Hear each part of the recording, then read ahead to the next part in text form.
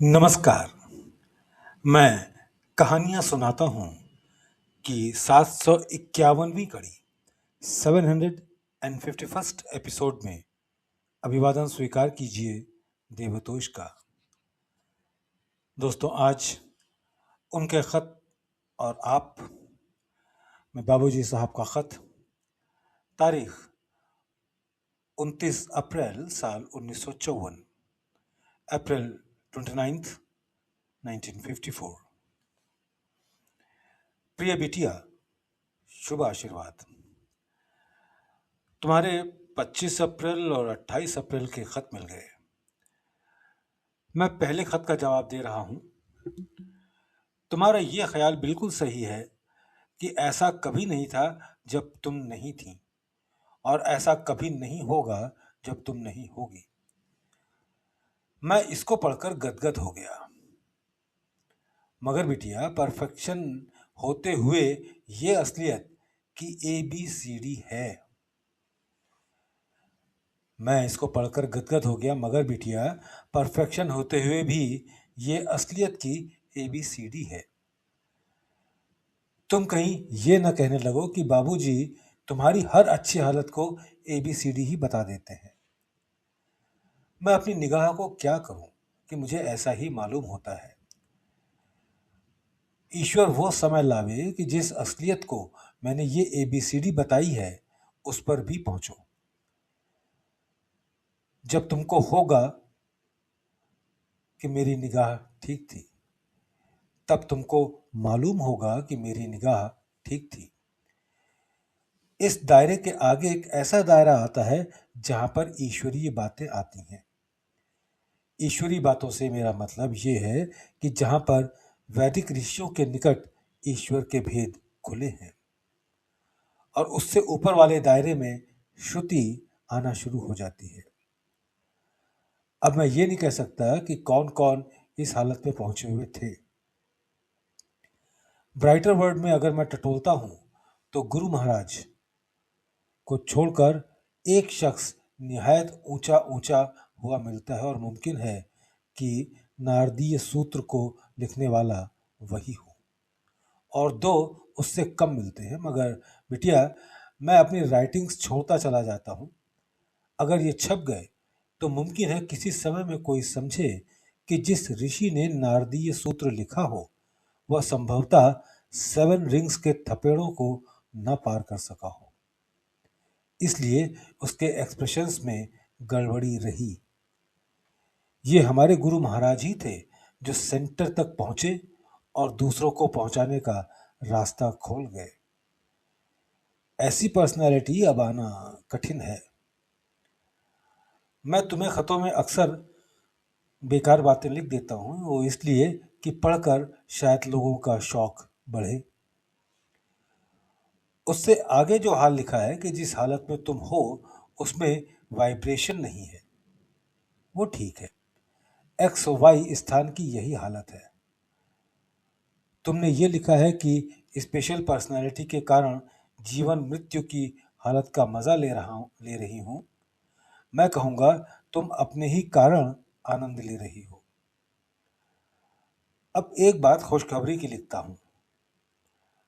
पंडित जी ने तुम्हारे रियलाइजेशन की मिठाई तो मुझे खिलाई नहीं। अब तुम्हारी जीवन मोक्ष की दशा है। अब ये दूसरी मिठाई वाजिब हो गई, तो ये मिठाई हमारी अम्मा हमें जरूर खिला देंगी जब मैं वहां आऊंगा। तुमने ये जो लिखा है कि बाएं पैर के तलवे के बीच कुछ हटकर सरसराहट मालूम होती है। तुमने ये जो लिखा है कि बाएं पैर के तलवे के बीच कुछ हटकर सरसराहट मालूम होती है, ये वो स्थान है जहां पर मेडिटेशन करने से ब्रह्मरंध्र का स्थान खुल सकता है। और इसमें सरसराहट पैदा होने का मतलब ये है कि उसके करीब का स्थान खुलना चाहता है। ब्रह्मरंध्र का स्थान ऐसा है कि जब ईश्वर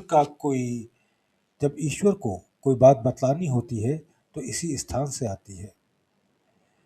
गोया ये रिसीवर है, और बंदे को जब कोई खबर भेजनी पड़ती है तो वह सहस्त्र दल कमल के बीच की पंखुड़ी से भेजता है। गोया एक चीज ईश्वर के काम के लिए और एक चीज बंदे के काम के लिए, गोया सहस्त्र दल कमल ट्रांसमीटर है। एक बात और है, ईश्वर ब्रह्मरंध्र से देता है, मगर उसका एहसास सहस्त्र दल कमल में होता है।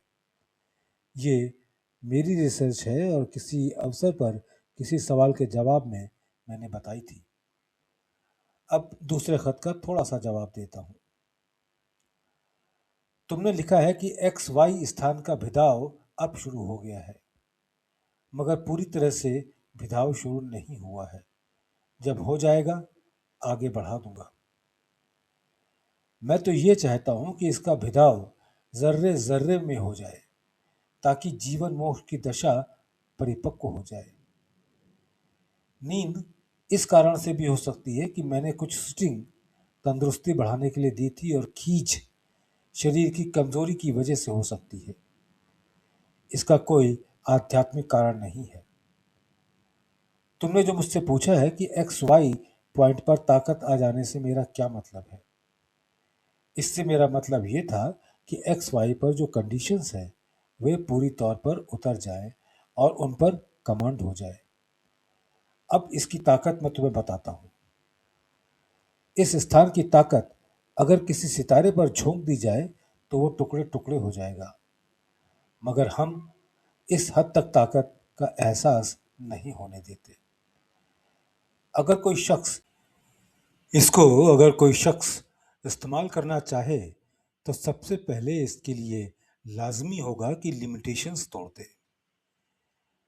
इसका खराब इस्तेमाल ये है, और इस हद तक हमारे यहाँ हो भी जाता है कि इसके जरिए दूसरे की हालत भी ऐसी ही पैदा कर दें। बिना कानों के सुनना, बिना हाथ पैर के चलना आदि जो तुमने लिखा है, ये ब्रह्म की दशा है। रास्ते पर तुम अब भी जा रही हो, मगर जैसा कि तुमने लिखा है, तुम्हें मालूम यूं नहीं होता कि तुम्हें अपना होश ही नहीं है। तुमने ये जो लिखा है कि माथे के बीच एक बड़ा गड्ढा हर समय महसूस होता है, ये मेरी समझ में नहीं आया। जरा इसके ऊपर मेडिटेशन करने के बाद समझ में आ जाएगा। तुम इसकी वजह सोचो और लिखो। मई के महीने में मिशन का फाउंडेशन डे जो मुरादाबाद में होना था, किसी कारणवश मुलतवी कर दिया गया है। शुभचिंतक रामचंद्र।